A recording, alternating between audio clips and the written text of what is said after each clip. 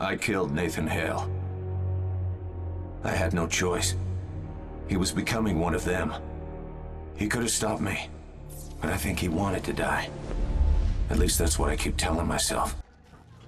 Hello there, Sir from 17 once again, introducing you to Chapter 7 in my Resistance 3 Superhuman difficulty video walkthrough. And this level is entitled Friends in Low Places. And this is probably the hardest level so far. And I know I've said that about a couple of them, but this one has a handful of really challenging sections, and it's also the longest level so far, so you're going to be coming up against a hell of a lot of opposition here. And this first section isn't too bad.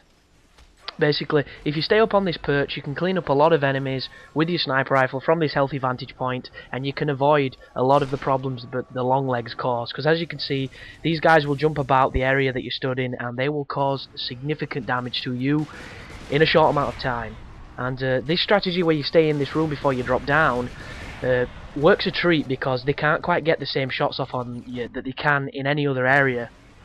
The only problem is, if you drop down and get the checkpoint and then you die, you're going to respawn at the bottom, and you will not be able to utilise this top area. So make sure that you make the most of it, and hopefully do it on the first run, because if you don't, you'll be doing it from down here, and down here is much more difficult.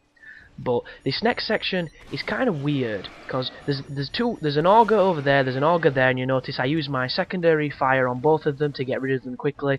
The reason is they were both off guard, they were both distracted by the resistance fighters, and they're easy kills, and if you don't kill them, they will cause you havoc, because as anybody knows, the augers are a pain in the ass. They do significant damage, they come through walls, and they're cheesy bastards. One thing that makes them very doable and very balanced, in my opinion, is the fact that the bullets do not fire like every other gun.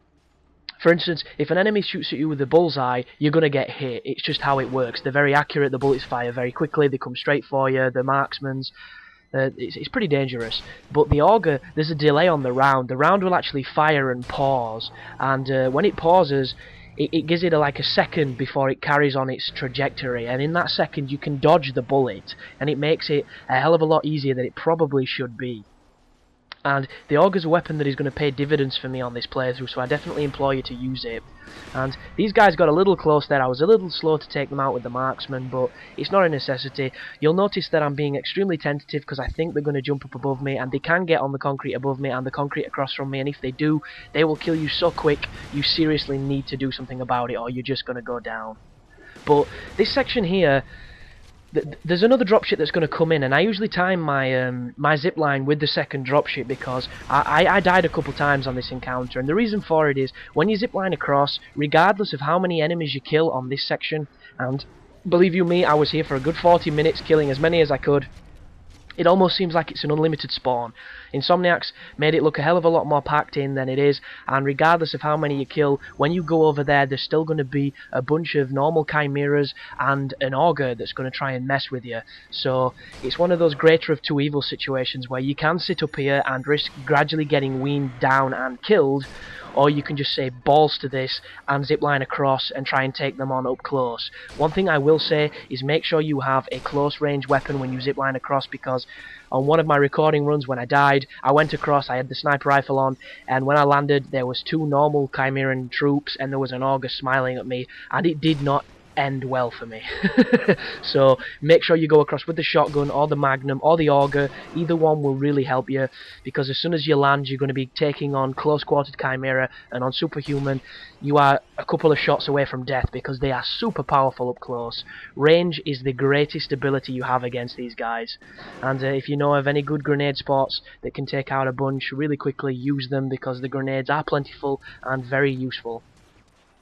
But just keep sniping. The luxury here is, even if it does take a little longer than it perhaps should when you're shooting these guys, you're powering up your weapons. Your weapons are going to keep on upgrading, they're going to keep on getting more useful, and they are going to help you later on in the game.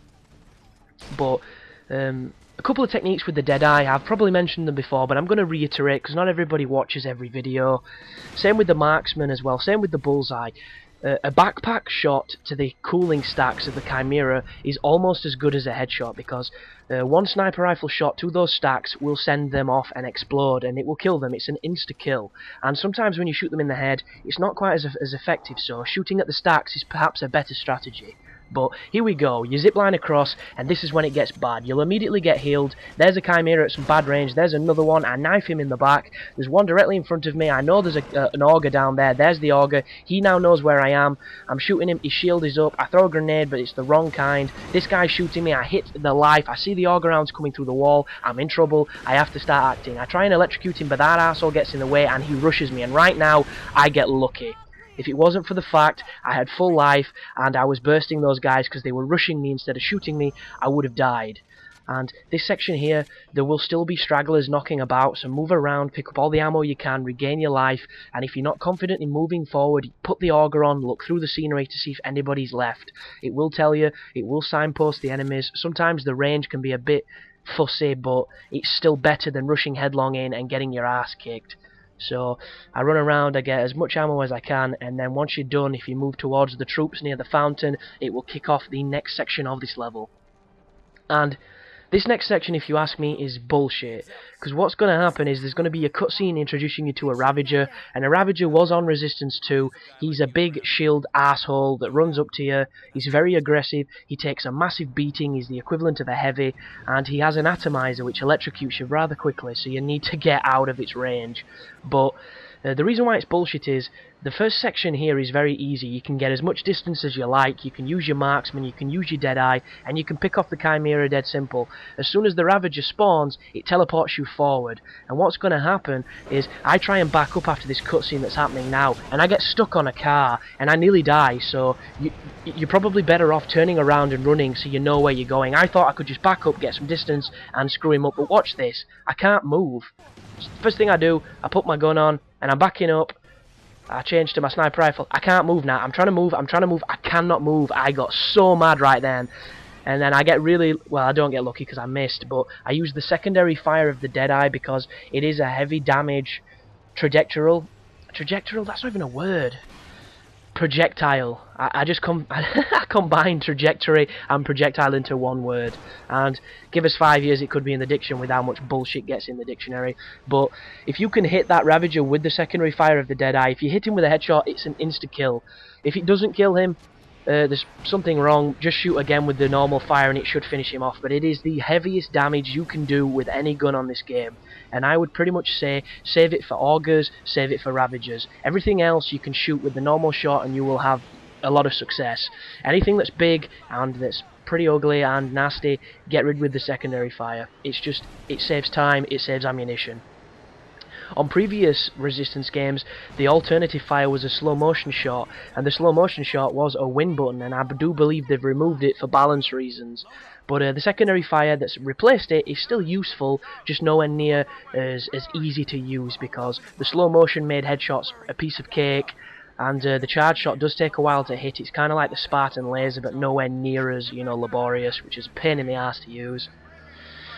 But this is the last firefight of the level, but that's going to be in another video, guys, so I'll see you in the second part. I hope it's helping, and as always, you take care now.